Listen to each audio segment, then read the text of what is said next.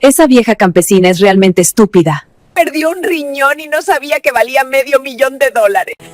La risa burlona de mi consuegra rasgó el silencio, despertándome cuando la anestesia acababa de desaparecer. Apenas ayer, mi propio hijo se arrodilló, llorando amargamente. Mamá, mi suegra necesita un donante de riñón. Por favor, sálvala, devuélvele el favor por haberme ayudado. Por amor a mi hijo, acepté yacer en la mesa de operaciones, para que ahora, con la herida en mi cuerpo todavía sangrando, me quedara petrificada, presenciando la escena más horrible de mi vida. Mi consuegra, la que se suponía que estaba agonizando, estaba allí, completamente sana, pintándose los labios mientras se burlaba, Realmente demasiado estúpida. y mi hijo contaba el dinero de la venta de mis órganos. Pensaban que todavía estaba en coma.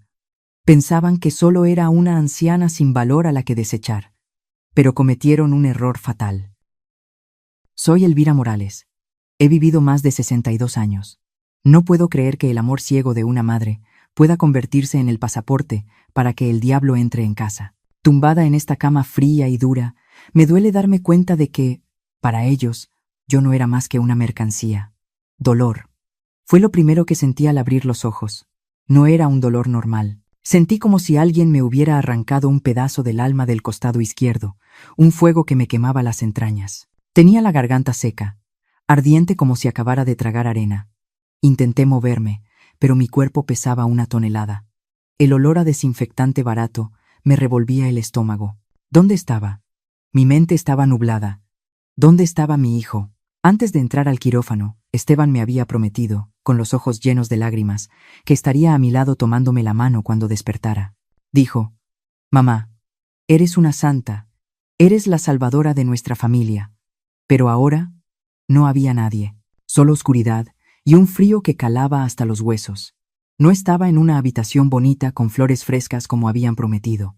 Las paredes tenían la pintura descascarada. Había cajas de cartón apiladas en un rincón. Parecía más un cuarto de limpieza que una sala de recuperación de un hospital privado. Intenté llamar a una enfermera, pero mi voz no salía. Solo un gemido ronco escapó de mis labios. Fue entonces cuando escuché voces que venían del pasillo, a través de la puerta entreabierta. Eran voces familiares, las voces que amaba más que a mi propia vida. Es increíble, cariño. Nunca pensé que sería tan fácil y rápido. Era la voz de Lucía, mi nuera. Sonaba emocionada, animada, nada triste ni preocupada. Su tono era de celebración. «Cállate, habla más bajo». Era Esteban, mi hijo. Pero su voz no tenía la preocupación de un hijo que cuida a su madre. Tenía la ansiedad y la codicia de un ladrón que acaba de robar un banco. Usando todas mis fuerzas, me arrastré unos centímetros en la cama, ignorando el fuego que ardía en mi costado, solo para poder ver por la rendija de la puerta. Necesitaba saber que la señora Carmela, mi consuegra, estaba bien. Le había dado mi riñón. Había dejado que me abrieran en canal para salvarle la vida. Lo que vi me heló la sangre más que la anestesia. Frente a mí, Carmela no estaba en una camilla. Estaba de pie, firme como una roca en medio del pasillo, con un vestido de seda impecable, retocándose el lápiz labial rojo oscuro con un espejo de mano. Parecía más sana y llena de vida que yo en mis mejores años. «Oh, vamos, dejen de discutir», dijo Carmela con su voz chillona y autoritaria. «Lo importante es que el dinero ya está en la cuenta. ¿Confirmaste la transferencia, Esteban?» «Sí, suegra, $500,000. $500,000 en efectivo. El cliente está muy satisfecho con la mercancía. Dijo que el riñón está en perfecto estado, muy sano para la edad de esa vieja». El mundo se detuvo. El techo empezó a dar vueltas. ¿Cliente? ¿Mercancía? ¿Esa vieja? Esa vieja ni siquiera se entera. Se rió Lucía, una risa malvada que nunca le había oído. Es tan ingenua. Se creyó a pies juntillas la historia de que mi madre se estaba muriendo. ¡Qué estúpida! Es una ignorante idiota. Carmela cerró el espejo de golpe y soltó una carcajada que resonó en mis oídos como un tiro de gracia. Bueno, hay que admitir que su riñón vale su peso en oro. Con este dinero podemos comprar una mansión en Cancún. Y finalmente, dejar de fingir que nos gusta esa vieja sucia. Esteban, recuerda deshacerte de ella rápido. No quiero que se quede en mi casa estorbando, me da náuseas verla. No te preocupes, mamá, dijo mi hijo, mi propio hijo, mi sangre. Ya le dije al médico que le diera el alta mañana mismo. Le daré unos pesos para que coja un autobús y se largue a Puebla. Ya no tiene ninguna utilidad. Ya le sacamos lo único que valía de ella. Cerré los ojos. Las lágrimas comenzaron a rodar por mis mejillas, calientes y saladas. No eran lágrimas de dolor físico, eran lágrimas de la muerte del alma. En ese preciso instante, Elvira Morales, la madre abnegada y cariñosa, murió en aquella sucia camilla. Me habían vaciado. No solo me quitaron un órgano, me quitaron mi dignidad, mi confianza y mi amor. Mi hijo me había vendido, me había descuartizado, extrayendo una parte de mi cuerpo como quien saca una pieza de un coche viejo, y la vendió al mejor postor para comprarse una vida de lujo. Para ellos, yo no era una madre, era un cheque andante de $500,000, una mercancía de un solo uso. Me usaron, me desecharon, se rieron de mí. Creyeron que la vieja costurera se iría tranquilamente a su pueblo a esperar la muerte. Está bien, Esteban, está bien, Lucía. Disfruten de ese dinero sucio, porque juro por la Virgen de Guadalupe que esta vieja estúpida, esta costurera que acaban de desechar como basura, será lo último que vean antes de caer al abismo. Me quitaron un riñón, pero me acaban de dar una razón para sobrevivir, y esa razón no es el amor, es la justicia. Cerré los ojos. El dolor punzante de la cirugía se desvaneció, llevándome 2 meses atrás, de vuelta a mi pequeña casa en Puebla. Todavía podía oler el mole poblano hirviendo en la olla de barro, un plato que había preparado con esmero porque Esteban venía de visita. Recuerdo haber barrido el patio 3 veces esa mañana, queriendo que todo estuviera perfecto. Hacía meses que no los veía. Esteban siempre estaba ocupado en la capital, trabajando duro, o al menos eso me decía. Cuando llegaron, el lujoso coche de Esteban apenas cabía por el callejón. Bajaron como 2 estrellas de cine. Pero algo no iba bien. No había sonrisas. El ambiente era pesado, cargado de tristeza. Entraron en casa y apenas tocaron la comida. Mi mole se enfrió en el plato. Lucía sollozaba, mientras Esteban miraba fijamente al suelo, sin atreverse a mirarme a los ojos. Mi corazón de madre empezó a latir con fuerza. Pensé que algo malo había pasado. Les pregunté qué pasaba. Fue entonces cuando Esteban soltó la bomba. Dijo que la señora Carmela se estaba muriendo, de insuficiencia renal, que solo le quedaban unas semanas de vida. Sentí compasión, por supuesto. Me ofrecí a rezar por ella, pero eso no era lo que querían. Esteban se levantó y se arrodilló. Allí mismo, en el suelo de baldosas desgastadas de mi cocina, mi hijo, un hombre adulto, se arrodilló ante mí y me tomó las manos callosas. Empezó a llorar, un llanto desgarrador. Dijo que yo era la única compatible, que teníamos el mismo tipo de sangre, que yo podía obrar un milagro. Sentí miedo, mucho miedo.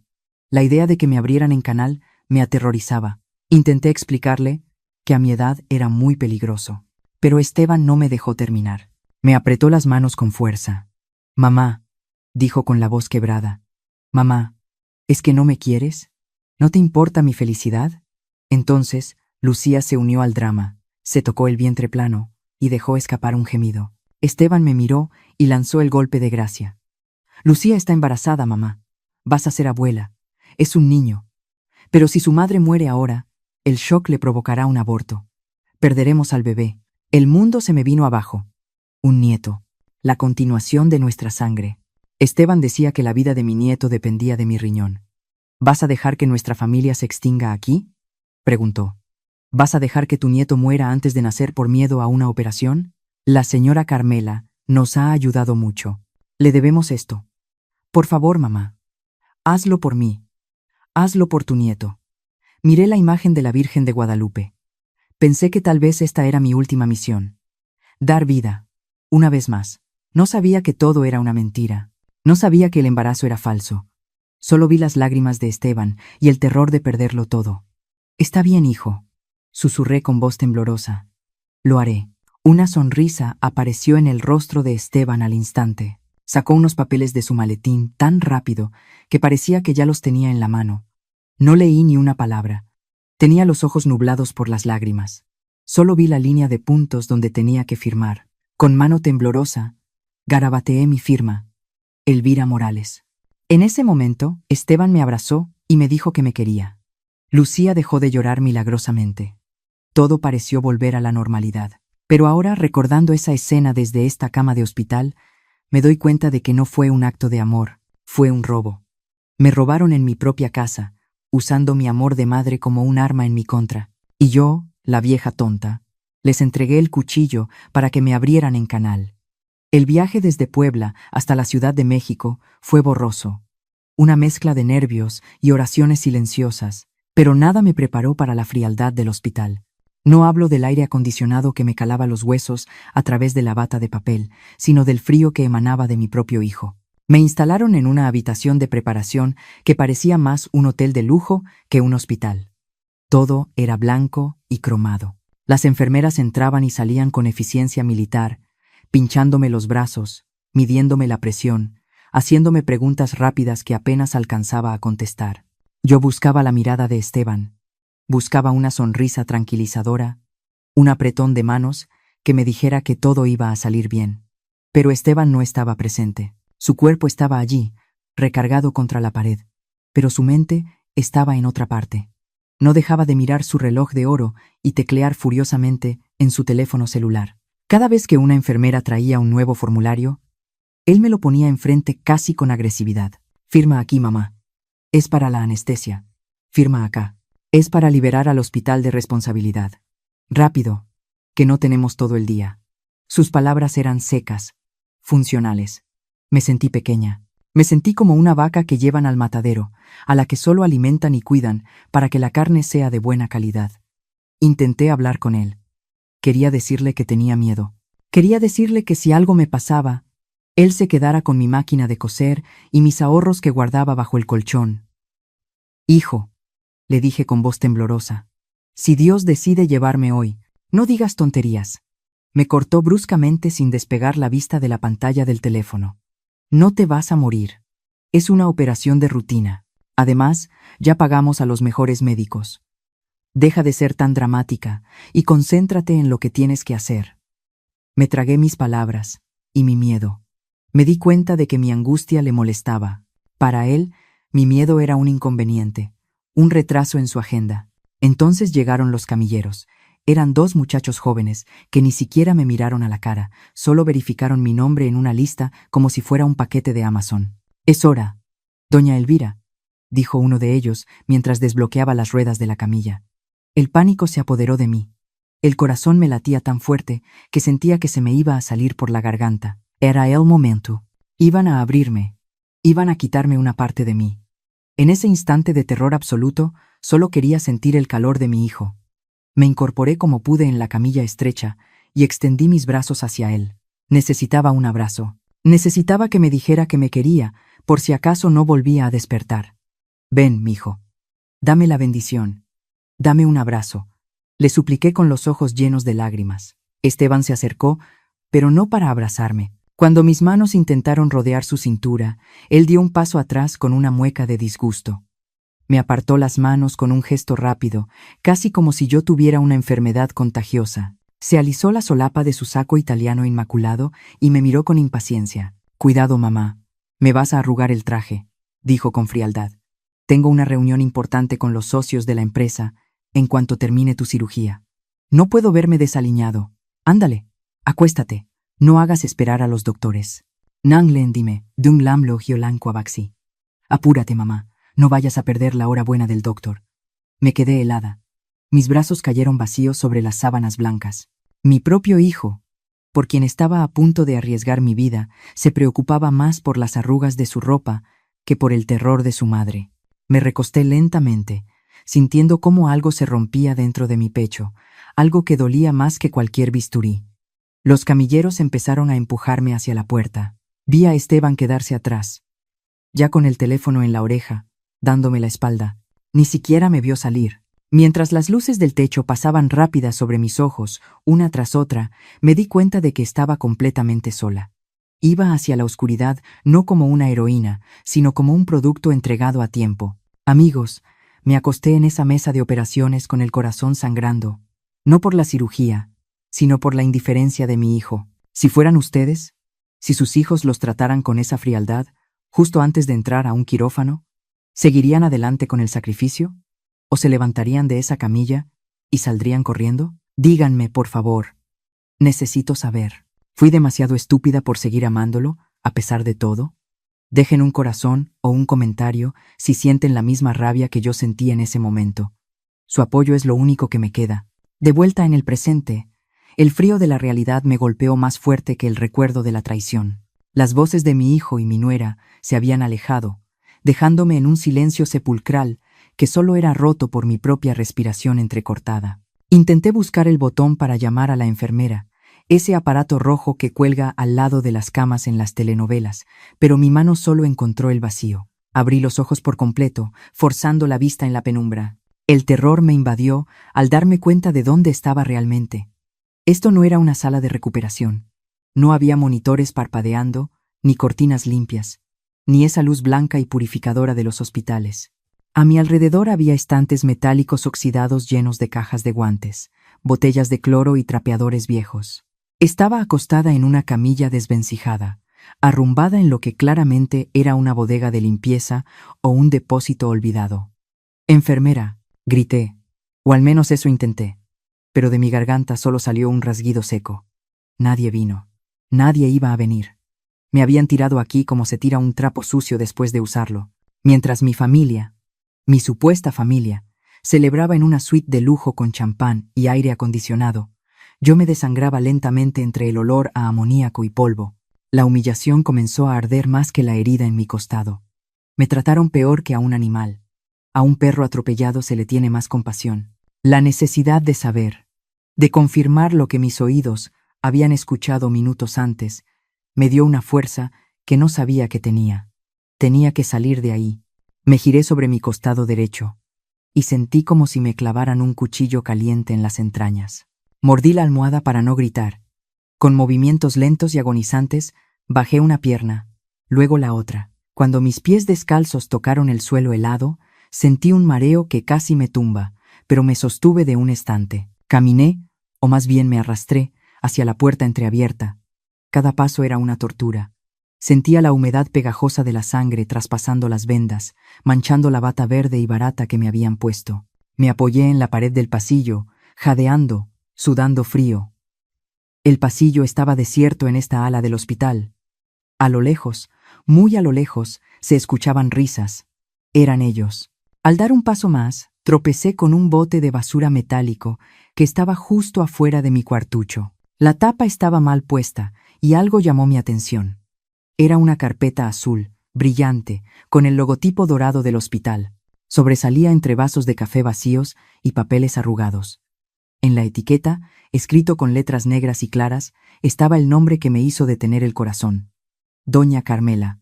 Me agaché, ignorando el dolor que me partía la cintura, y saqué la carpeta con manos temblorosas. Mis dedos, manchados de mi propia sangre, abrieron el expediente. No entiendo mucho de medicina. Soy una mujer simple, pero sé leer. Y lo que leí allí hizo que se me cayera el alma a los pies. Eran los resultados de los análisis preoperatorios de Carmela, fechados apenas ayer. Busqué desesperadamente algo que dijera insuficiencia renal, diálisis, urgencia, pero no había nada de eso. En la sección de riñones, las palabras eran claras, brutales y definitivas. Función renal 100% normal. Sin patologías. Paciente en perfecto estado de salud. Se me nubló la vista. No por las lágrimas, sino por la furia. No había cáncer. No había fallo renal. No había emergencia. Carmela estaba sana como una manzana. Mis riñones, mis pobres riñones, que cuidé toda la vida sin probar una gota de alcohol, no fueron para salvar a la madre de mi nuera. Me engañaron. La verdad me golpeó con la fuerza de un tren. No fui una donante heroica. Fui una víctima de tráfico. Me robaron un órgano vital con mentiras, manipulando mi amor de madre, para venderlo a un tercero y llenarse los bolsillos. Apreté el papel contra mi pecho, arrugándolo, la imagen de mi hijo preocupado por su traje, la sonrisa falsa de Carmela, el llanto fingido de Lucía. Todo encajaba ahora en un rompecabezas macabro. Yo no era su familia. Nunca lo fui. Solo era un ganado que engordaron para el sacrificio. Me dejé caer al suelo, apoyada contra la pared fría, con el expediente de la traición en mis manos. Ya no sentía dolor físico. El fuego en mi cintura se había convertido en un bloque de hielo que me congelaba las venas. La Elvira sumisa, la que bajaba la cabeza y aceptaba las sobras de cariño, acababa de morir en ese pasillo, y en su lugar, algo oscuro y peligroso empezaba a despertar. Escuché pasos acercándose por el pasillo. Eran pasos rápidos, firmes, el sonido inconfundible de unos zapatos de cuero italiano golpeando contra el suelo de linóleo barato. Por una fracción de segundo, una chispa estúpida y traicionera se encendió en mi pecho. Pensé que tal vez se había arrepentido. Pensé que mi Esteban, mi niño, había vuelto para buscarme, para decirme que todo era un error, que me llevaría a la suite con ellos y me daría sopa caliente. Escondí rápidamente la carpeta azul debajo de la sábana manchada y me acomodé en la camilla, tratando de parecer menos miserable de lo que me sentía. Quería que él viera a su madre, no a un animal herido. La puerta se abrió de golpe, no con suavidad, sino con la urgencia de alguien que tiene prisa y está molesto. Esteban entró. El olor a su colonia cara, mezclado con un leve aroma a whisky, inundó el pequeño cuarto de limpieza, tapando por un momento el olor a cloro. Se veía impecable, ni un cabello fuera de lugar, el nudo de la corbata perfecto. Contrastaba tanto con la mugre que me rodeaba, que parecía un ángel bajado del cielo, pero su rostro era el de un verdugo. «Mamá, ¿qué haces ahí acostada todavía?», dijo con un tono de fastidio, mirando su reloj. «Ya pasó el efecto de la anestesia, ¿no? Necesito que te levantes». Lo miré, aturdida. Apenas podía mantener los ojos abiertos por el dolor y el cansancio. «Hijo», susurré con la garganta seca. «Me duele mucho. Siento que me arde todo por dentro. No puedo moverme. ¿Me vas a llevar a la habitación con ustedes? Tengo mucha sed». Esteban soltó un resoplido impaciente y se pasó la mano por el cabello, como si mi dolor fuera un berrinche infantil que le estaba quitando tiempo valioso. «No digas tonterías, mamá. ¿Cuál habitación? Esas suites son para pacientes privados, para gente como mi suegra. Tú ya cumpliste. Además, los médicos dicen que estás bien. No podemos seguir pagando por hora en este hospital. Es carísimo. Cada minuto que pasas aquí es dinero que sale de mi bolsillo». Traté de sentarme, apoyándome en los codos, pero un mareo violento me hizo caer de nuevo sobre la almohada dura. «Pero Esteban, acabo de salir de cirugía», le supliqué, buscando un rastro de compasión en sus ojos oscuros. «No tengo a dónde ir. No puedo viajar así, pues vas a tener que hacer un esfuerzo», replicó él fríamente.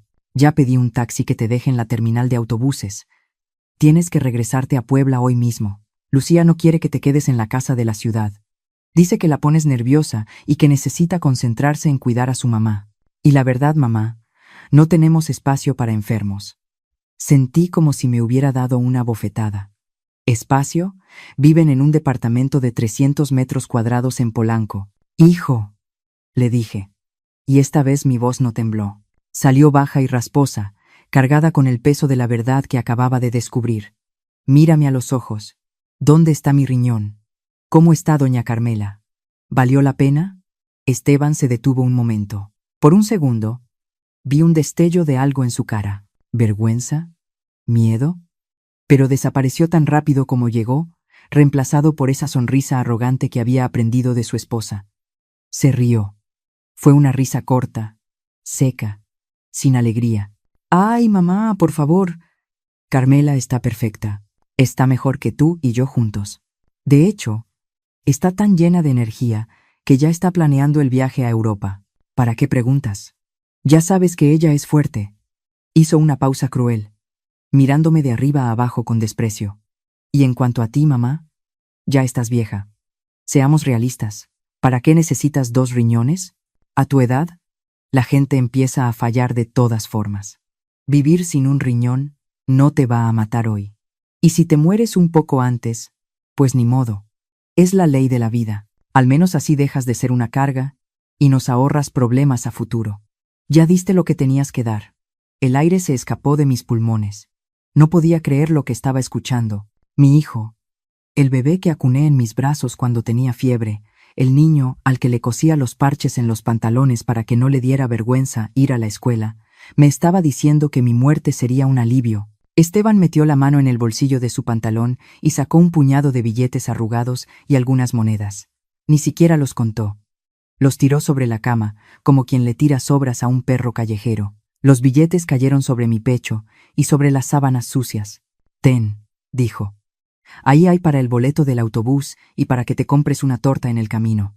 No me pidas más, que andamos cortos de efectivo con tantos gastos médicos. Arréglatelas como puedas. Y por favor, no nos llames por un tiempo. Estaremos muy ocupados celebrando. Digo, cuidando a Carmela». Se dio la media vuelta sin esperar mi respuesta. No hubo un beso de despedida. No hubo un gracias. No hubo ni siquiera una mirada atrás. La puerta se cerró tras él, dejándome sola con el sonido de las monedas rodando sobre la sábana. Miré el dinero. Eran billetes, de baja denominación. Apenas lo suficiente para el pasaje en clase económica, en un autobús guajolotero que tardaría horas en llegar a Puebla, sacudiendo mis heridas en cada bache. No toqué el dinero. Sentía que si lo tocaba me quemaría las manos. Me quedé allí, paralizada, con el eco de sus palabras rebotando en las paredes de mi cráneo. «Muérete pronto». Eso fue lo que quiso decir. «Ya no sirves. Eres basura». El dolor físico seguía ahí, mordiéndome la carne. Pero ya no me importaba. Lo que me había matado no era el bisturí. Era saber que el monstruo que acababa de salir por esa puerta había salido de mis propias entrañas. Me miré las manos, esas manos viejas y trabajadoras que nunca le negaron nada, y supe, con una certeza fría y aterradora, que Esteban Morales había dejado de ser mi hijo. En ese cuarto oscuro, rodeada de desinfectante y soledad, la madre murió, y la mujer traicionada y herida, empezó a respirar con dificultad, alimentándose del odio que ahora llenaba el vacío donde antes estaba mi riñón. Miré la botella de cloro industrial que estaba en el estante metálico, justo al lado de mi cabeza. Tenía una etiqueta de calavera. Veneno. Peligro. En ese momento, esa calavera no me pareció una advertencia, sino una invitación, una salida rápida. Si mi propio hijo pensaba que yo era un estorbo, si mi vida valía menos que un boleto de autobús, ¿para qué seguir respirando? El dolor en mi costado era insoportable. Pero el vacío en mi pecho era infinito. Pensé en tomármelo. Pensé en cerrar los ojos y dejar que el químico me quemara por dentro. Igual que las palabras de Esteban me habían quemado el alma. Así, al menos, les daría el gusto completo. Me encontrarían muerta entre la basura, que es donde ellos creen que pertenezco. Estiré la mano. Mis dedos temblorosos rozaron el plástico frío de la botella. «No lo haga, doña Elvira». La voz surgió de las sombras, suave pero firme. No era una voz de regaño, era una voz cargada de una tristeza antigua y respetuosa. Me sobresalté y retiré la mano como si el fuego me hubiera picado. Giré la cabeza hacia la puerta. Allí estaba un hombre. Llevaba una bata blanca, pero no tenía esa mirada arrogante de los cirujanos que me operaron. Tenía ojeras profundas y el pelo un poco desordenado. Era el anestesiólogo, el doctor que me había puesto la mascarilla antes de dormir. «Déjeme en paz», susurré, avergonzada de que me vieran en mi momento más bajo. «Ya me voy. Solo estoy descansando un poco antes de irme a morir a otro lado». El hombre entró en el cuarto y cerró la puerta con cuidado, poniéndole el seguro. Se acercó a mi camilla, pero no me miró con lástima. Me miró con un reconocimiento que me puso la piel de gallina. Se quitó los lentes, y sus ojos se llenaron de lágrimas. «Usted no se acuerda de mí, ¿verdad?», preguntó él, con la voz quebrada. Lo miré bien. Había algo en sus ojos cafés, algo familiar. «Soy Mateo», dijo él. «Mateo Álvarez. Hace 30 años, yo era un chamaco mugroso que vagaba por el mercado La Victoria en Puebla. Mi mamá me había abandonado y yo robaba fruta para no morirme de hambre. Un día, me agarraron robando unas manzanas, y el frutero me iba a golpear con un palo. Mi mente, nublada por el dolor, de repente tuvo un destello de claridad. Recordé a un niño flaco, puro hueso y ojos grandes, llorando mientras un hombre enorme lo levantaba de la camisa. «Usted se metió», continuó el doctor, y una lágrima rodó por su mejilla. «Usted se le puso enfrente a ese hombre y le dijo que si tocaba al niño, se las vería con usted. Pagó las manzanas. Y luego, me llevó a su puesto de costura. Me dio un plato de sopa caliente y me dejó dormir sobre los rollos de tela esa noche. Me dijo que mientras usted tuviera frijoles, Yo no pasaría hambre. Mateo, susurré, y la imagen de ese niño se superpuso con el hombre que tenía enfrente, el niño de los ojos tristes. Ese plato de sopa me salvó la vida, doña Elvira. Usted me dio esperanza cuando nadie daba un peso por mí. Gracias a usted, no me convertí en un delincuente. Estudié. Me hice médico. Y hoy, Dios me puso en este quirófano para devolverle el favor. El doctor Álvarez se secó la cara y su expresión cambió. La ternura desapareció y fue reemplazada por una seriedad fría y calculadora. No puedo dejar que se mate, doña Elvira, y tampoco puedo dejar que esos buitres se salgan con la suya. Usted cree que esto se trata solo de un riñón, pero es mucho más grande. Tiene que ver esto. Sacó una silla plegable y se sentó a mi lado. Abrió una computadora portátil que traía bajo el brazo. La pantalla iluminó el cuarto oscuro con una luz azulada. Lo que le voy a enseñar puede costarme mi licencia y tal vez mi vida, pero usted tiene derecho a saber la verdad completa. En la pantalla apareció un video. Era una grabación de seguridad, granulada y en blanco y negro, pero se veía claramente. Era un pasillo de este mismo hospital. Reconocí la fecha y la hora en la esquina de la pantalla. Era de hacía apenas 3 horas, mientras yo todavía estaba en la sala de operaciones. Allí estaba Esteban, mi hijo. Estaba parado en una esquina discreta del pasillo VIP, mirando a todos lados con nerviosismo. Luego, apareció otro hombre, un hombre alto, vestido con un traje negro impecable, con guantes de piel aunque no hacía frío. No parecía un médico ni un familiar. Parecía un mayordomo de película, o algo más peligroso. Vi cómo Esteban le entregaba un sobre grueso. Luego, el hombre del traje negro le entregaba a mi hijo un maletín metálico. Observe bien, dijo Mateo señalando la pantalla. En el video, Esteban abrió el maletín. Mis ojos no daban crédito. Estaba lleno de fajos de billetes verdes. Dólares. Muchos dólares. La cara de mi hijo se iluminó con una avaricia que me dio ganas de vomitar. Cerró el maletín, le dio la mano al hombre misterioso y se fue casi corriendo, con una sonrisa de oreja a oreja. Ese es el pago, dijo Mateo con asco. $500,000 en efectivo. El precio de su carne. Doña Elvira, sentí que el aire me faltaba. Verlo era diferente a escucharlo. Ver a mi hijo vendiéndome como si fuera un kilo de carne en el rastro me destrozó el último pedazo de corazón que me quedaba. ¿Quién? Pregunté, temblando de rabia. ¿Quién compró mi riñón? Si no fue para Carmela, ¿para quién fue? Mateo cerró la computadora y me miró fijamente. Sus ojos estaban oscuros. Doña Carmela nunca estuvo enferma. Ella y su hijo falsificaron los expedientes para que usted aceptara la cirugía. Pero el verdadero receptor, el hombre que ahora tiene su riñón dentro de su cuerpo, está en la suite presidencial del último piso. Hizo una pausa, como si tuviera miedo de pronunciar el nombre. Se llama Don Rodrigo. En el mundo de los negocios le dicen el padrino.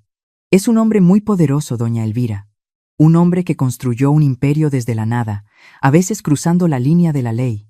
Estaba muriendo, necesitaba un trasplante urgente, y su tipo de sangre es muy raro. Su hijo se enteró y le ofreció su riñón como si fuera una donación altruista de una madre santa. Don Rodrigo, repetí, sintiendo un escalofrío. Don Rodrigo es un hombre de la vieja escuela, continuó Mateo. Él cree en la lealtad, en la familia y en el honor. Él piensa que usted le dio su riñón por bondad, porque le dijeron que era para una causa noble. No sabe que fue una estafa. No sabe que su hijo le vendió el órgano a sus espaldas. El doctor se inclinó hacia mí, bajando la voz a un susurro conspirador. Si don Rodrigo se entera de que su vida fue salvada gracias a una traición tan asquerosa contra una madre, si se entera de que Esteban lo engañó y lo hizo partícipe de este crimen, la ira de ese hombre será terrible. Él odia la mentira y odia a los traidores. Me quedé mirando al doctor Mateo. De repente, la botella de cloro ya no me parecía atractiva. Una nueva puerta se había abierto en mi mente. Una puerta que no llevaba a la muerte, sino a la venganza. Yo tengo las pruebas, dijo Mateo, tocando su computadora. Tengo los expedientes reales de Carmela. Tengo el video de seguridad. Tengo mi testimonio. Pero necesito que usted sea fuerte, doña Elvira. Necesito que se levante de esa cama. Don Rodrigo está despertando de la anestesia. Si logramos llegar a él antes que su hijo. Me miré las manos. ya no temblaban. El dolor seguía ahí, pero ahora era combustible. Mi hijo pensó que yo era una vieja inútil. Pensó que podía tirarme a la basura, pero se olvidó de algo. Se olvidó de que yo soy su madre. Yo lo conozco, y ahora, gracias a este ángel que alimenté hace 30 años, tengo el arma para destruirlo. Ayúdeme a levantarme, doctor, le dije. Lléveme con ese tal don Rodrigo. Tengo una historia que contarle. Mateo sonrió por primera vez. Una sonrisa triste, pero llena de determinación. Me ayudó a sentarme. El dolor fue agudo, pero no grité. Me mordí el labio hasta que sangró. Ya no había tiempo para llorar. Era hora de cobrar las deudas. Antes de subir al último piso para enfrentar mi destino con ese tal don Rodrigo, detuve al doctor Mateo en el pasillo. Mi respiración era agitada y el sudor frío me bajaba por la espalda. Pero tenía una necesidad urgente, algo que me quemaba más que la herida de la operación. «Doctor», le dije, sujetándole el brazo con fuerza, «no puedo ir a ver a ese señor todavía. Necesito ir a casa de mi hijo». Mateo me miró como si estuviera loca. «Doña Elvira, usted no está en condiciones. Acaba de descubrir que la vendieron. ¿Para qué quiere volver a la boca del lobo?» «No voy a verlos a ellos», le respondí con la voz quebrada. «Voy por lo único que me queda. La foto de mi difunto esposo, su padre, y mi rosario de cuentas de madera que fue de mi abuela. Si voy a iniciar una guerra, necesito mis amuletos. No puedo pelear sin la bendición de mis muertos. Además, aprovecharé que creen que voy en un autobús rumbo a Puebla». El doctor dudó, pero al ver la determinación en mis ojos, aceptó llevarme en su coche. Me prestó una gabardina larga para cubrir la bata de hospital manchada y me ayudó a subir al vehículo. El trayecto hacia la exclusiva zona de Polanco fue un calvario de baches y dolor, pero mi mente estaba fija en una sola cosa: recuperar mi dignidad. Al llegar a la calle de la residencia de Esteban, el ruido me golpeó antes que la vista. No había silencio ni luto. Había música. Música fuerte, alegre, risas escandalosas y el tintineo de copas. Había coches de lujo estacionados en doble fila. Me bajé del coche de Mateo 2 cuadras antes para no levantar sospechas. Le pedí que me esperara. Caminé arrastrando los pies, pegada a las paredes, como una sombra, como la ladrona que ellos creían que era. Me colé por la entrada de servicio que tantas veces usé para sacarles la basura cuando iba a visitarlos y me trataban como a la muchacha. El jardín trasero estaba iluminado con luces de feria. Había meseros de uniforme blanco paseando con bandejas de canapés. Y allí estaban ellos. Mi hijo Esteban, Lucía y, por supuesto, doña Carmela. Me escondí detrás de unos arbustos de bugambilia, conteniendo la respiración. Lo que vi me hizo olvidar el dolor físico. En medio del jardín habían encendido una fogata ornamental, de esas modernas que usan gas, pero Esteban estaba echando cosas adentro. No era leña, eran telas, eran ropas, eran mis ropas. Vi cómo mi hijo, con una copa de coñac en una mano, lanzaba mis viejos vestidos de flores al fuego con la otra. Esas prendas que yo misma había cosido con tanto esfuerzo. Las llamas las consumían en segundos. «Hay que limpiar la casa de malas vibras», gritó Esteban, riendo con la cara enrojecida por el alcohol. «Este lugar ahora es de gente de nivel. No podemos tener trapos de vieja pobre guardados en el armario. Fuera la miseria». La gente aplaudía. Los invitados, gente rica y desconocida, reían como si fuera el chiste más gracioso del mundo. Pero entonces vi a la empleada doméstica traer una caja más pequeña. Reconocí esa caja. Era mi caja de tesoros. Esteban metió la mano y sacó el marco de plata deslustrada que contenía la única foto que me quedaba de mi esposo Antonio. La foto de nuestra boda. «Ese hombre se mató trabajando en el campo para que tú fueras a la universidad». Quise gritar, pero la voz se me atoró en la garganta.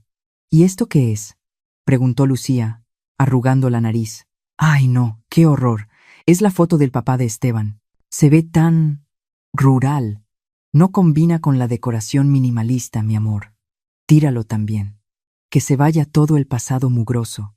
Esteban miró la foto de su padre. Por un segundo pensé que dudaría. Pensé que respetaría la memoria del hombre que le dio su apellido. Pero no. Se encogió de hombros y lanzó el marco al fuego. «Adiós, papá», dijo con cinismo. «Perdón, pero ya no encajas en mi nueva vida». Eso fue demasiado. El dolor del riñón desapareció, reemplazado por una furia ciega, primitiva. No me importó que me vieran. No me importó mi aspecto. Salí de entre los arbustos como una fiera herida. No, aullé, lanzándome hacia la fogata. La música se detuvo de golpe. El silencio cayó sobre el jardín como una losa de plomo. Metí las manos al fuego. No sentí el calor. Solo quería salvar el rostro de mi Antonio. Logré sacar el marco, pero el cristal ya había estallado y la foto se estaba ennegreciendo, consumiéndose en cenizas entre mis dedos quemados. Apreté los restos contra mi pecho, manchando la gabardina prestada de hollín y lágrimas. Levanté la vista. Todos me miraban con horror. Pero no era el horror de ver a una madre sufriendo. Era el horror de ver a una intrusa sucia arruinando su fiesta. Esteban retrocedió, casi tirando su copa. «Mamá, ¿qué demonios haces aquí? Se supone que estabas en el autobús». Lucía se recuperó primero de la sorpresa. Su cara se transformó en una máscara de odio. «¡Seguridad!», gritó con su voz chillona. «Saquen a esta pordiosera de mi casa». Doña Carmela, la mujer que tenía mi riñón vendido, se acercó. Llevaba un vestido de lentejuelas que brillaba bajo las luces. Se veía fuerte, robusta, burlona. «Miren nada más», dijo dirigiéndose a los invitados. «Esta es la vieja malagradecida de la que les hablé. Le dimos dinero para que se fuera, pero regresó. Seguro viene a chantajearnos. Es una limosnera sinvergüenza. Quiere arruinar nuestra celebración». Los invitados empezaron a murmurar. Escuché palabras como loca, sucia, desagradable. Miré a Esteban. Estaba ahí, parado a unos metros de mí. Tenía el poder de detener esto. Podía decirles que yo era su madre. Podía defenderme. «Hijo», le dije, mostrando la foto calcinada. «Quemaste a tu padre. Me vendiste y ahora quemas a tu padre. ¿Qué te pasó, Esteban? ¿En qué momento te pudriste tanto por dentro?» Esteban miró a su alrededor. Vio las caras de sus nuevos amigos ricos, vio la mirada exigente de Lucía y Carmela, y tomó su decisión. «No la conozco», dijo en voz alta, dándome la espalda. «Es la antigua señora de la limpieza que despedimos por robar. Está senil. Por favor, sáquenla de aquí antes de que llame a la policía». Sentí que el suelo se abría bajo mis pies. Me negó. Mi propio hijo me negó 3 veces. Como Pedro a Jesús, pero sin una gota de arrepentimiento. 2 guardias de seguridad enormes me agarraron de los brazos. Me lastimaron la herida de la operación, pero no grité. Ya no. Me arrastraron por el jardín, pasando frente a las mesas llenas de comida que no me ofrecieron, frente a las botellas de vino que compraron con mi órgano. Mientras me arrastraban hacia la salida, vi a Carmela levantar su copa y brindar. «Por la prosperidad», gritó. Y todos rieron. Me tiraron a la acera de la calle como un saco de basura. Caí de rodillas, raspándome la piel. La puerta del jardín se cerró con un golpe seco, dejando dentro la música y la luz, y dejándome a mí en la oscuridad de la calle, sola, con las manos quemadas y las cenizas de mi esposo pegadas al corazón. Me quedé allí un momento, respirando el aire frío de la noche. Me dolía el cuerpo, me dolía el alma, me dolía la vida. Pero entonces, algo extraño sucedió. Dejé de llorar. Mis lágrimas se secaron de golpe. Miré la mansión iluminada. Miré el humo que salía de su fogata. Y supe que el amor de madre que había sentido por Esteban durante 30 años se había quemado allí adentro, junto con la foto de Antonio. Ya no quedaba nada. Ni lástima, ni esperanza, ni cariño. Me puse de pie, tambaleándome pero firme. Me sacudí el polvo de las rodillas. Apreté el rosario que había logrado rescatar de mi bolsillo, el único testigo mudo de mi tragedia. «Ya no soy tu madre, Esteban», susurré a la puerta cerrada. «Ahora soy tu peor pesadilla». Caminé hacia la esquina, donde el doctor Mateo me esperaba con el motor encendido.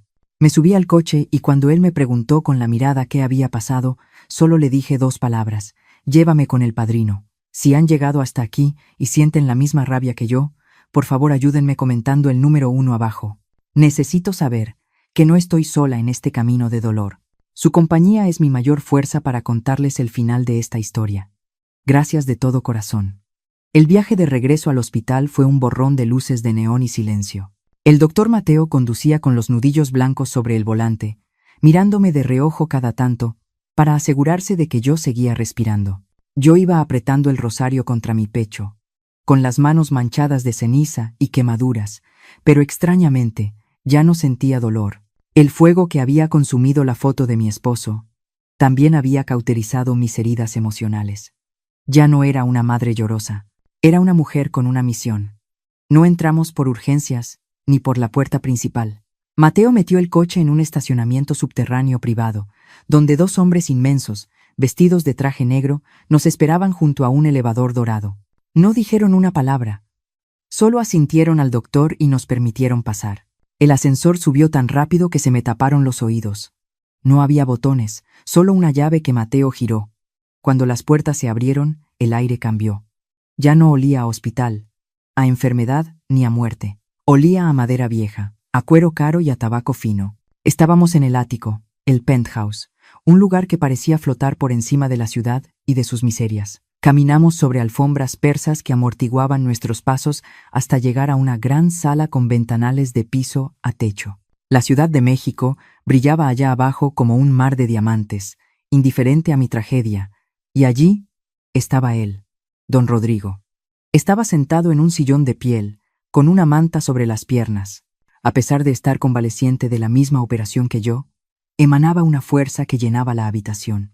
Tenía el cabello completamente blanco y la piel curtida por el sol, llena de arrugas profundas que contaban historias de guerras antiguas. Sus ojos, negros y penetrantes, se clavaron en mí en cuanto entré. «Acérquese, doña Elvira», dijo. Su voz era grave, rasposa, como piedras arrastrándose por el fondo de un río. Me acerqué, sintiéndome pequeña con mi bata sucia y mi gabardina prestada. Él hizo un gesto, y uno de sus hombres me acercó una silla. Me senté frente a él. «Mateo me ha contado todo», dijo don Rodrigo, sin dejar de mirarme. «Me ha dicho que el riñón que ahora limpia mi sangre no fue una donación, fue un robo. Me ha dicho que su propio hijo la vendió como ganado para salvarme a mí». Sentí un nudo en la garganta, pero levanté la barbilla. No iba a llorar frente a este hombre. «Así es, señor», respondí. «Mi hijo me engañó. Me dijo que era para su suegra, pero no vengo a pedirle que me devuelva nada. Lo hecho está. Usted tiene mi riñón, y espero que le sirva para vivir muchos años. Yo solo quiero saber si usted sabía». Don Rodrigo golpeó el brazo de su sillón con furia. Sus ojos destellaron.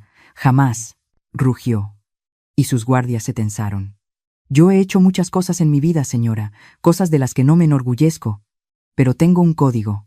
Nunca, jamás, me aprovecharía de una madre. La familia es sagrada. Lo que hizo su hijo, eso no tiene nombre ni perdón de Dios. Me ha convertido en cómplice de una atrocidad sin yo saberlo, y eso mancha mi honor». Se inclinó hacia adelante, y vi que sus ojos se suavizaban al ver mis manos quemadas. «Veo que viene de la guerra», dijo suavemente. «Vengo de mi propia casa, señor. De ver cómo mi hijo quemaba los recuerdos de su padre y me negaba frente a sus amigos ricos», le dije, y la rabia volvió a calentarme la sangre. «Me echaron a la calle como a un perro». Don Rodrigo asintió lentamente, como si estuviera procesando una sentencia. «Doña Elvira», dijo con solemnidad, «en México, nosotros, la vieja escuela, valoramos dos cosas por encima de todo: la sangre y la tierra. La sangre es la familia, la vida que corre por las venas. La tierra es el honor, las raíces, el respeto. Su hijo ha cometido el pecado capital. Ha vendido la sangre, su riñón, y ha pisoteado la tierra, su dignidad y la memoria de sus ancestros». Hizo una pausa y me miró con una intensidad que me hizo temblar. «Tengo una deuda de vida con usted. Mi sangre ahora es su sangre. Podría darle dinero, podría darle millones y mandarla a vivir como una reina a Europa, pero veo en sus ojos que eso no es lo que usted quiere. El dinero no cura la traición». «No, señor», dije. «No quiero su dinero. El dinero fue lo que pudrió a mi hijo». «Exacto», asintió él. «Por eso, no le voy a dar dinero. Le voy a dar algo más valioso. Le voy a dar la vara». «¿La vara?», pregunté confundida. «La vara para corregir al árbol que creció torcido», explicó él. «Le voy a dar el poder. Voy a poner a su disposición a mis mejores abogados, a mis investigadores privados y mis recursos. Vamos a desnudar la vida de su hijo y de esa familia de víboras. Vamos a encontrar cada mentira, cada delito, cada traición. Y cuando tenga todas las pruebas en la mano, usted será quien decida cuándo y cómo cae el golpe. Usted será el juez y el verdugo. Don Rodrigo chasqueó los dedos. De las sombras salieron dos hombres impecables con carpetas en las manos y una mujer con varias bolsas de ropa. A partir de hoy, doña Elvira Morales, la costurera, deja de existir, sentenció el padrino. A partir de hoy, usted es mi representante. Usted es la voz de mi conciencia. La mujer se acercó y me guió hacia un baño de mármol que era más grande que mi casa entera. Me ayudó a quitarme la ropa quemada y la bata ensangrentada. Me duché, lavando el hollín y el olor a hospital. Cuando salí, me vistieron con un traje sastre negro, elegante, de una tela que acariciaba mi piel. Me pusieron zapatos cómodos pero finos. Me peinaron el cabello gris hacia atrás, dejando ver mi rostro marcado por los años pero limpio de lágrimas. Me miré en el espejo de cuerpo entero. La mujer que me devolvía la mirada no parecía una víctima. Parecía una matriarca. Una mujer de hierro. El color negro me daba una autoridad que nunca había tenido. Volví a la sala. Don Rodrigo me miró y asintió con aprobación. Ahora sí, dijo. Se ve como la dueña de su destino. Doña Elvira, tenemos trabajo que hacer. Vamos a enseñarle a ese muchacho lo que pasa cuando se traiciona a una madre mexicana. Me senté a su lado y tomé la carpeta que me ofrecían los abogados. Al abrirla, vi la primera foto. Era de Lucía. Y lo que vi allí hizo que una sonrisa fría se dibujara en mis labios por primera vez en días. Acepto el trato, don Rodrigo, dije. Vamos a usar la vara. Los días siguientes pasaron en un borrón de actividad frenética, pero esta vez yo no era la víctima que corría asustada. Yo era la cazadora. Instalada en una oficina privada que don Rodrigo me había asignado, veía cómo se desmoronaba la mentira de mi familia, capa por capa, foto por foto. El investigador privado, un hombre calvo y meticuloso llamado señor Mendoza, extendió las pruebas sobre el escritorio de caoba. No eran suposiciones, eran hechos fríos y duros. Aquí tiene, doña Elvira, dijo Mendoza con un tono profesional, la vida secreta de su nuera. Tomé las fotografías. Esperaba ver a Lucía de compras en tiendas exclusivas o tomando té con señoras de la alta sociedad, tal como ella siempre presumía. Pero lo que vi me revolvió el estómago. Allí estaba la fina y educada Lucía, la que me miraba con asco por ser costurera, entrando a un motel de paso en la salida a Cuernavaca. Y no iba sola. Iba colgada del brazo de un hombre que no era mi hijo.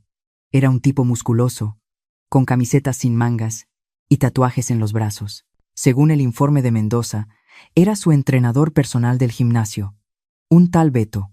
Al parecer, las clases de pilates de Lucía eran mucho más intensas de lo que Esteban imaginaba. Sentí una mezcla de asco y una extraña satisfacción. Mi hijo, el gran empresario, el hombre que se creía demasiado bueno para su propia madre, era el cornudo más grande de la Ciudad de México. Pero eso no era lo peor. Mendoza sacó un sobre sellado. Era el resultado que habíamos estado esperando. Conseguimos una muestra de cabello de Lucía de su cepillo y otra de su hijo, Esteban, de una camisa vieja que usted traía en la maleta del doctor Mateo, explicó Mendoza. Hicimos la comparativa genética con el feto, utilizando una muestra de sangre que logramos interceptar de sus análisis prenatales en la clínica, gracias a los contactos de don Rodrigo. Mis manos no temblaron al abrir el sobre. Ya no. Saqué el papel y mis ojos fueron directo a la conclusión al final de la página. Probabilidad de paternidad. 0%. El aire se escapó de mis pulmones en un silbido largo. No es de él, susurré. No, señora, confirmó Mendoza. El padre biológico es el entrenador del gimnasio. Las fechas coinciden perfectamente, con un viaje de negocios que su hijo hizo a Monterrey hace 3 meses. Me eché hacia atrás en la silla, y por primera vez en mi vida, solté una carcajada. No fue una risa de alegría, fue una risa oscura, seca, nacida de la ironía más cruel del universo. Esteban me había abierto en canal, me había robado un riñón, me había humillado y desterrado, todo para salvar el futuro de su familia, para proteger al heredero de su sangre, y resulta que vendió a su madre para criar al hijo bastardo de un instructor de gimnasio. «Qué idiota eres, Esteban», pensé. «Qué inmensamente estúpido y ciego has sido por tu propia soberbia». Pero mi trabajo no era solo saber la verdad, era usarla. Don Rodrigo me había dado la vara, y yo iba a asegurarme de que el golpe fuera mortal. No bastaba con decirle a Esteban que su mujer lo engañaba. Él no me creería. Me llamaría loca y mentirosa. Tenía que destruirlo públicamente. Tenía que quitarle el piso sobre el que caminaba. Es hora de la segunda fase, le dije a Mendoza, guardando las pruebas en mi bolso de piel nuevo. Vamos a preparar el cebo. Esa misma tarde, pusimos en marcha el plan financiero. Don Rodrigo utilizó una de sus empresas fantasma, una firma de inversiones extranjera con un nombre rimbombante y oficinas virtuales en Suiza. Hicimos que un representante se acercara a Esteban. El plan era sencillo y diabólico. Le ofrecimos a Esteban el negocio de su vida. Una inversión millonaria para expandir su empresa de importaciones. Un contrato que lo pondría en las grandes ligas. Pero había una condición. Para demostrar su solvencia y compromiso, Esteban tenía que poner todo lo que tenía como garantía. Su casa, sus coches, las cuentas bancarias donde guardaba el dinero de mi riñón y hasta las joyas de doña Carmela. Esteban, cegado por la ambición y desesperado por impresionar a su esposa y su suegra, mordió el anzuelo sin dudarlo. Escuché la grabación de la llamada telefónica que Mendoza intervino. «Amor, somos ricos», le gritaba Esteban a Lucía. «Estos suizos quieren invertir millones. Me piden garantías, pero es puro trámite. Con este dinero, no solo compramos la casa en Cancún, compramos la isla entera. Te lo dije, deshacernos de la vieja fue lo mejor que nos pudo pasar. Nos quitó la mala suerte.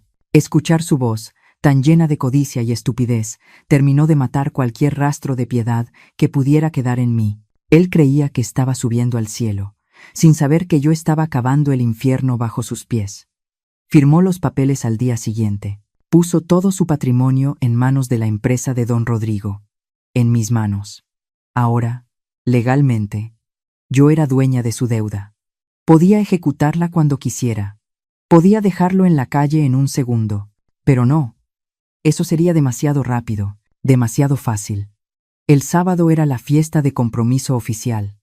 Una celebración fastuosa, donde anunciarían el embarazo y el sexo del bebé ante toda la alta sociedad, ante la prensa y sus nuevos socios. Querían presumir su vida perfecta. Querían mostrarle al mundo que habían triunfado. Ese era el momento. Le pedí a don Rodrigo que preparara todo. Necesitaba que la policía estuviera lista. No por el fraude financiero, sino por el tráfico de órganos. Necesitaba que los periodistas estuvieran presentes. Y sobre todo, necesitaba un proyector de video muy grande y un sistema de sonido potente. Miré por la ventana del penthouse hacia la ciudad iluminada. Me imaginé a Esteban probándose su esmoquín, a Lucía eligiendo sus joyas, a doña Carmela riéndose con sus dientes falsos. Estaban tan felices, tan seguros.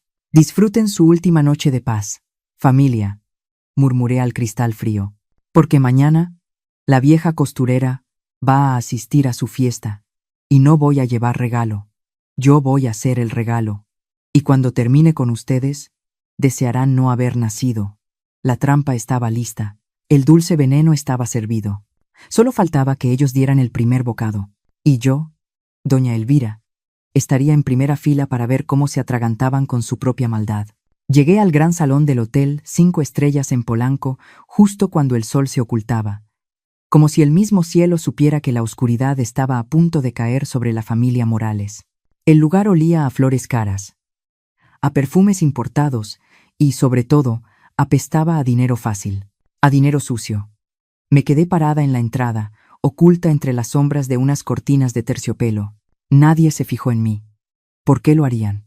Ellos esperaban ver a la Elvira de siempre, a la viejita con el rebozo remendado y las manos llenas de harina. Pero la mujer que se reflejaba en los espejos dorados del vestíbulo era otra. Llevaba un traje sastre negro, cortado a mi medida, que me hacía ver más alta, más recta. Mi cabello estaba recogido en un moño severo, y en mi pecho no llevaba joyas, solo una cruz de plata. No venía a pedir limosna, venía a cobrar una factura que la vida les debía. Desde mi escondite, los vi. Allí estaban, en el centro de la pista de baile, bajo un candelabro de cristal inmenso. Esteban se veía guapísimo. No lo voy a negar, con un smoking que seguramente costaba más de lo que yo gané en 10 años de trabajo. Lucía estaba a su lado, envuelta en un vestido rojo sangre que apenas disimulaba su embarazo, con una gargantilla de diamantes que brillaba con cada flash de las cámaras. Y doña Carmela, la mujer que supuestamente estaba al borde de la muerte hace unas semanas, ahora se paseaba entre las mesas saludando a los invitados como si fuera la dueña del mundo. Se veía rozagante, llena de vida, bebiendo champaña y riendo con esa risa falsa que me taladraba los oídos. «Mira, amor», dijo Esteban, y su voz amplificada por el micrófono resonó en todo el salón. «Quiero proponer un brindis. Por la familia, por el amor que todo lo puede, y por el futuro heredero de la dinastía Morales que viene en camino. Este niño es la prueba de que Dios nos bendice». La gente aplaudió. Los periodistas tomaban fotos como locos. Vi cómo Esteban le acariciaba el vientre a Lucía con una ternura que jamás tuvo conmigo. Me dio asco. Sentí una náusea profunda, no por la comida, sino por la hipocresía. Hablaban de bendiciones de Dios mientras estaban parados sobre el sacrificio de una madre a la que habían tirado a la basura. «Es hora», le susurré al doctor Mateo, que estaba a mi lado, listo como un soldado en la trinchera. El doctor hizo una señal discreta con la mano hacia la cabina de sonido. Habíamos pagado bien al técnico de luces. Don Rodrigo sabía que todo hombre tiene un precio, y el del técnico fue bastante barato comparado con lo que estaba en juego. De repente, la música de violines se cortó con un chirrido agudo. Las luces del gran candelabro parpadearon y se apagaron, sumiendo el salón en una penumbra total. Solo quedaron encendidas las luces de emergencia. Un murmullo de confusión recorrió las mesas. «¿Es parte del show?», preguntó alguien cerca de mí. «Sí», pensé. «Es la mejor parte». En la pantalla gigante que habían colocado detrás de la pareja para mostrar sus fotos de viaje y ultrasonidos, se encendió una luz blanca y cegadora. Pero no apareció ninguna foto tierna. Apareció un video. La imagen era un poco movida, grabada con un celular escondido.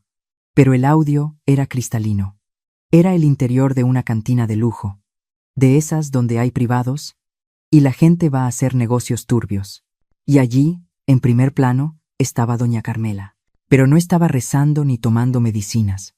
Estaba bailando encima de una mesa, con una botella de tequila en una mano y un cigarro en la otra, rodeada de hombres que le aplaudían. La voz de Carmela salió de las bocinas gigantes, potente y vulgar, llenando cada rincón del elegante salón de fiestas. «Salud por el idiota de mi yerno», gritaba la Carmela del video, riéndose hasta casi atragantarse. Ese pobre diablo se creyó todo el cuento. Piensa que me estoy muriendo de los riñones. En el video, uno de los hombres le preguntaba algo. Carmela respondió a gritos. «Claro que estoy sana, estúpido. Mis riñones funcionan mejor que los tuyos. Pero necesitábamos el dinero para las deudas de juego de mi hija, así que convencimos al tonto de Esteban para que le sacara el riñón a su madre. ¡A su propia madre! ¿Pueden creerlo? La vieja esa se dejó abrir como un pavo en Navidad. Y nosotros vendimos la mercancía por $500,000. Negocio redondo. El silencio en el salón de fiestas fue absoluto. Era un silencio tan denso que se podía cortar con un cuchillo. Nadie respiraba, nadie se movía. Los meseros se quedaron con las bandejas en el aire. Las sonrisas de la alta sociedad se congelaron en muecas de horror. En el centro de la pista, Esteban estaba pálido como un muerto. La copa se le resbaló de la mano y se hizo añicos contra el suelo, pero el ruido pareció lejano. Lucía se llevó las manos a la boca, y doña Carmela, la de carne y hueso que estaba en la fiesta, parecía haber envejecido 20 años en un segundo. El video continuó un momento más. «Es un tonto», seguía diciendo la Carmela de la pantalla. «Un tonto útil. Cree que el hijo que espera Lucía es suyo. Pobre cornudo. Si supiera que ese niño tiene más genes del instructor del gimnasio que de él. Pero bueno, mientras siga pagando las cuentas, que crea que es el rey del mundo». La pantalla se fue a negro. Las luces del salón se encendieron de golpe, lastimando los ojos de todos, pero nadie miraba a los novios. Todos buscaban una explicación. Y entonces, salí yo. Mis tacones resonaron firmes sobre el mármol. Tac, tac, tac. Caminé despacio, con la cabeza en alto, partiendo la multitud como Moisés partió el mar rojo. A mi lado caminaba el doctor Mateo, con el expediente médico real bajo el brazo, y detrás de nosotros, un grupo de oficiales de policía uniformados que habían estado esperando esta señal. Llegué hasta el borde de la pista. A solo unos metros de donde mi hijo temblaba, me miró. Sus ojos estaban desorbitados, llenos de un terror que nunca le había visto. No me reconoció al principio. Buscaba a la mujer sumisa y pobre, pero cuando vio mis ojos, supo quién era. «Mamá», susurró, y la palabra sonó como una maldición. No, le corregí con voz tranquila, pero lo suficientemente fuerte para que todos me escucharan. Tu madre murió en ese hospital, Esteban. Murió el día que decidiste que su vida valía menos que tus ambiciones. Yo soy solo la consecuencia de tus actos. Miré a los invitados, a la prensa, a toda esa gente que minutos antes aplaudía su farsa. Les presento a la verdadera familia Morales, dije señalándolos. Un hijo que vende a su madre, una esposa que vende su cuerpo y una suegra que vende su alma. Disfruten el espectáculo, porque la fiesta apenas comienza. Los días siguientes pasaron en un borrón de actividad frenética, pero esta vez yo no era la víctima que corría asustada. Yo era la cazadora. Instalada en una oficina privada que don Rodrigo me había asignado, veía cómo se desmoronaba la mentira de mi familia, capa por capa, foto por foto. El investigador privado, un hombre calvo y meticuloso llamado señor Mendoza, extendió las pruebas sobre el escritorio de caoba. No eran suposiciones, eran hechos fríos y duros. Aquí tiene, doña Elvira, dijo Mendoza con un tono profesional, la vida secreta de su nuera. Tomé las fotografías. Esperaba ver a Lucía de compras en tiendas exclusivas o tomando té con señoras de la alta sociedad, tal como ella siempre presumía. Pero lo que vi me revolvió el estómago. Allí estaba la fina y educada Lucía, la que me miraba con asco por ser costurera, entrando a un motel de paso en la salida a Cuernavaca. Y no iba sola. Iba colgada del brazo de un hombre que no era mi hijo. Era un tipo musculoso, con camiseta sin mangas y tatuajes en los brazos. Según el informe de Mendoza, era su entrenador personal del gimnasio. Un tal Beto. Al parecer, las clases de pilates de Lucía eran mucho más intensas de lo que Esteban imaginaba. Sentí una mezcla de asco y una extraña satisfacción. Mi hijo, el gran empresario, el hombre que se creía demasiado bueno para su propia madre, era el cornudo más grande de la Ciudad de México. Pero eso no era lo peor. Mendoza sacó un sobre sellado. Era el resultado que habíamos estado esperando. Conseguimos una muestra de cabello de Lucía, de su cepillo, y otra de su hijo, Esteban, de una camisa vieja que usted traía en la maleta del doctor Mateo, explicó Mendoza. Hicimos la comparativa genética con el feto, utilizando una muestra de sangre que logramos interceptar de sus análisis prenatales en la clínica. Gracias a los contactos de don Rodrigo, mis manos no temblaron al abrir el sobre. Ya no. Saqué el papel y mis ojos fueron directo a la conclusión al final de la página. Probabilidad de paternidad, 0%. El aire se escapó de mis pulmones en un silbido largo. No es de él, susurré. No, señora, confirmó Mendoza. El padre biológico es el entrenador del gimnasio. Las fechas coinciden perfectamente con un viaje de negocios que su hijo hizo a Monterrey hace 3 meses. Me eché hacia atrás en la silla y por primera vez en mi vida solté una carcajada. No fue una risa de alegría. Fue una risa oscura, seca, nacida de la ironía más cruel del universo. Esteban me había abierto en canal. Me había robado un riñón. Me había humillado y desterrado. Todo para salvar el futuro de su familia, para proteger al heredero de su sangre. Y resulta que vendió a su madre para criar al hijo bastardo de un instructor de gimnasio. ¡Qué idiota eres, Esteban!, pensé. ¡Qué inmensamente estúpido y ciego has sido por tu propia soberbia! Pero mi trabajo no era solo saber la verdad, era usarla. Don Rodrigo me había dado la vara, y yo iba a asegurarme de que el golpe fuera mortal.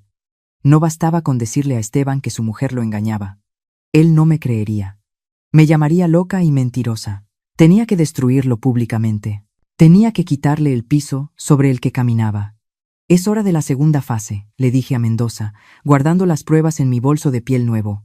Vamos a preparar el cebo. Esa misma tarde, pusimos en marcha el plan financiero. Don Rodrigo utilizó una de sus empresas fantasma, una firma de inversiones extranjera con un nombre rimbombante y oficinas virtuales en Suiza. Hicimos que un representante se acercara a Esteban. El plan era sencillo y diabólico. Le ofrecimos a Esteban el negocio de su vida, una inversión millonaria para expandir su empresa de importaciones, un contrato que lo pondría en las grandes ligas. Pero había una condición. Para demostrar su solvencia y compromiso, Esteban tenía que poner todo lo que tenía como garantía: su casa, sus coches, las cuentas bancarias donde guardaba el dinero de mi riñón y hasta las joyas de doña Carmela. Esteban, cegado por la ambición y desesperado por impresionar a su esposa y su suegra, mordió el anzuelo sin dudarlo. Escuché la grabación de la llamada telefónica que Mendoza intervino. «Amor, somos ricos», le gritaba Esteban a Lucía. «Estos suizos quieren invertir millones. Me piden garantías, pero es puro trámite. Con este dinero no solo compramos la casa en Cancún, compramos la isla entera. Te lo dije, deshacernos de la vieja fue lo mejor que nos pudo pasar. Nos quitó la mala suerte». Escuchar su voz, tan llena de codicia y estupidez, terminó de matar cualquier rastro de piedad que pudiera quedar en mí. Él creía que estaba subiendo al cielo, sin saber que yo estaba cavando el infierno bajo sus pies. Firmó los papeles al día siguiente. Puso todo su patrimonio en manos de la empresa de don Rodrigo. En mis manos, ahora, legalmente, yo era dueña de su deuda. Podía ejecutarla cuando quisiera. Podía dejarlo en la calle en un segundo. Pero no. Eso sería demasiado rápido, demasiado fácil. El sábado era la fiesta de compromiso oficial. Una celebración fastuosa, donde anunciarían el embarazo y el sexo del bebé ante toda la alta sociedad, ante la prensa y sus nuevos socios. Querían presumir su vida perfecta, querían mostrarle al mundo que habían triunfado. Ese era el momento. Le pedí a don Rodrigo que preparara todo. Necesitaba que la policía estuviera lista, no por el fraude financiero, sino por el tráfico de órganos. Necesitaba que los periodistas estuvieran presentes. Y sobre todo, necesitaba un proyector de video muy grande y un sistema de sonido potente. Miré por la ventana del penthouse hacia la ciudad iluminada. Me imaginé a Esteban probándose su smoking, a Lucía eligiendo sus joyas, a doña Carmela riéndose con sus dientes falsos. Estaban tan felices, tan seguros. «Disfruten su última noche de paz, familia», murmuré al cristal frío, «porque mañana la vieja costurera va a asistir a su fiesta. Y no voy a llevar regalo. Yo voy a ser el regalo. Y cuando termine con ustedes, desearán no haber nacido». La trampa estaba lista. El dulce veneno estaba servido. Solo faltaba que ellos dieran el primer bocado. Y yo, doña Elvira, estaría en primera fila para ver cómo se atragantaban con su propia maldad. Las luces azules y rojas de las patrullas de policía giraban fuera del edificio de cristal, iluminando la oficina en la que se había decidido mi destino y el de mi hijo. El caos se había apoderado del lugar.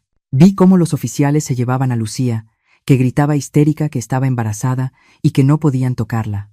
Aunque todos sabíamos ya que ese embarazo era tan falso como su amor por mi hijo. O al menos, que el padre no era quien ella decía, doña Carmela. La mujer que se burló de mi dolor. Ahora era arrastrada, pálida y temblando, sin una gota de esa arrogancia que mostró en el hospital. Pero nada de eso me importaba ya. Mis ojos estaban fijos en el hombre que quedaba en el centro de la habitación, arrodillado sobre la alfombra cara, con las manos vacías y el rostro bañado en lágrimas. Esteban. Él levantó la vista. Sus ojos, esos mismos ojos negros que yo había adorado desde que era un bebé, me buscaban con desesperación. Ya no había soberbia en él. Ya no había el empresario exitoso que se avergonzaba de su madre costurera. Solo quedaba un niño asustado que se había dado cuenta de que se había quedado solo en la oscuridad. Se arrastró hacia mí. Lo vi avanzar de rodillas, ignorando a los policías que esperaban pacientemente para llevárselo. Se aferró a mis piernas, abrazando mis tobillos con una fuerza que me hizo recordar cuando tenía 5 años y tenía miedo de los truenos. «Mamá, por favor», gimió, y su voz se rompió en un sollozo patético. «Mamá, no dejes que me lleven. Soy yo, Esteban. Soy tu hijo. Me obligaron, mamá. Ellas me llenaron la cabeza de ideas. Yo no quería hacerlo. Perdóname, madrecita. Diles que fue un error. Tú tienes poder ahora. Tú puedes salvarme». Sentí el calor de sus lágrimas mojando mis zapatos. Sentí el temblor de su cuerpo contra el mío. Por un segundo, un solo segundo, mi instinto materno quiso despertar. Quise agacharme, acariciarle el pelo y decirle que todo iba a estar bien, que mamá estaba aquí para arreglarlo todo, como siempre lo había hecho. Pero entonces, mi mano rozó inconscientemente la cicatriz en mi costado. El dolor fantasma de ese riñón que me robaron pulsó una vez más. Recordé el frío del cuarto de limpieza. Recordé las monedas que me tiró sobre la cama. Recordé cómo quemó la foto de su padre. No me agaché. Me mantuve firme, recta como un pilar de sal. Miré hacia abajo, hacia ese hombre que lloraba a mis pies, y me di cuenta de algo terrible y liberador al mismo tiempo. No sentía odio, no sentía rabia, sentía una inmensa y profunda pena, pero no por él, sino por la mujer que yo había sido. Con suavidad, pero con una firmeza que no admitía réplica, me solté de su agarre, di un paso atrás, poniendo distancia entre su miseria y mi dignidad. Esteban, dije, y mi voz sonó tranquila, como el agua de un lago después de la tormenta. Levántate, no te humilles más. Él me miró, con un brillo de esperanza en los ojos. Creyó que lo iba a salvar. Mamá, susurró. Ah, no me llames así. Le corté suavemente. Tú tuviste una madre, una mujer que se quitaba el pan de la boca para darte de comer, una mujer que te dio la vida, que te dio sus cuidados, y que, al final, te dio hasta un pedazo de su propio cuerpo, para salvar tu futuro. Esa mujer te amaba más que a nada en este mundo. Hice una pausa, dejando que mis palabras calaran en el aire denso de la oficina. Pero tú mataste a esa madre, Esteban. La mataste el día que la engañaste. La mataste el día que la dejaste tirada en un pasillo sucio con un puñado de pesos para el autobús. La persona que tienes enfrente ya no es esa mujer. Yo soy Elvira, solo Elvira. Y tú eres un extraño que cometió un crimen. El rostro de Esteban se descompuso. La esperanza se apagó en sus ojos, reemplazada por el horror de la comprensión. Sí, eres el hijo que parí, continué, sintiendo cómo una lágrima solitaria rodaba por mi mejilla, la última lágrima que derramaría por él. Pero el hijo que yo crié, el niño bueno y noble que yo creía que eras, murió hace mucho tiempo, devorado por tu ambición. Lo siento mucho, señor, pero no puedo ayudarlo. Cada uno debe cargar con su propia cruz. Hice una señal a los oficiales. Ellos se acercaron y levantaron a Esteban. Él no opuso resistencia. Estaba en shock, con la mirada perdida, como si su alma se hubiera escapado de su cuerpo. Mientras se lo llevaban esposado hacia el elevador, él volteó a verme una última vez. «Mamá», gritó. Un grito desgarrador que resonará en mis pesadillas, pero que ya no tiene poder sobre mis días. La puerta del elevador se cerró, cortando su voz, cortando el pasado. Me quedé sola en la oficina. El silencio regresó. Me acerqué al gran ventanal de cristal y miré hacia afuera. El sol se estaba poniendo sobre la Ciudad de México, tiñendo el cielo de naranjas y violetas. Era un atardecer hermoso. El doctor Mateo se acercó y me puso una mano en el hombro. No dijo nada. No hacía falta. Don Rodrigo, sentado en su silla de ruedas en la esquina, asintió con respeto. Me toqué el pecho, justo donde latía mi corazón. Un corazón que estaba herido, sí, pero que seguía latiendo fuerte. Tenía una cicatriz en el cuerpo y otra en el alma, pero estaba viva, y por primera vez en mi vida, era libre. Libre de la mentira, libre de la obligación de ser la víctima. Salí de ese edificio no como una anciana derrotada, sino como una mujer que había sobrevivido al fuego. Tengo mucho trabajo por hacer. Tengo una fundación que dirigir.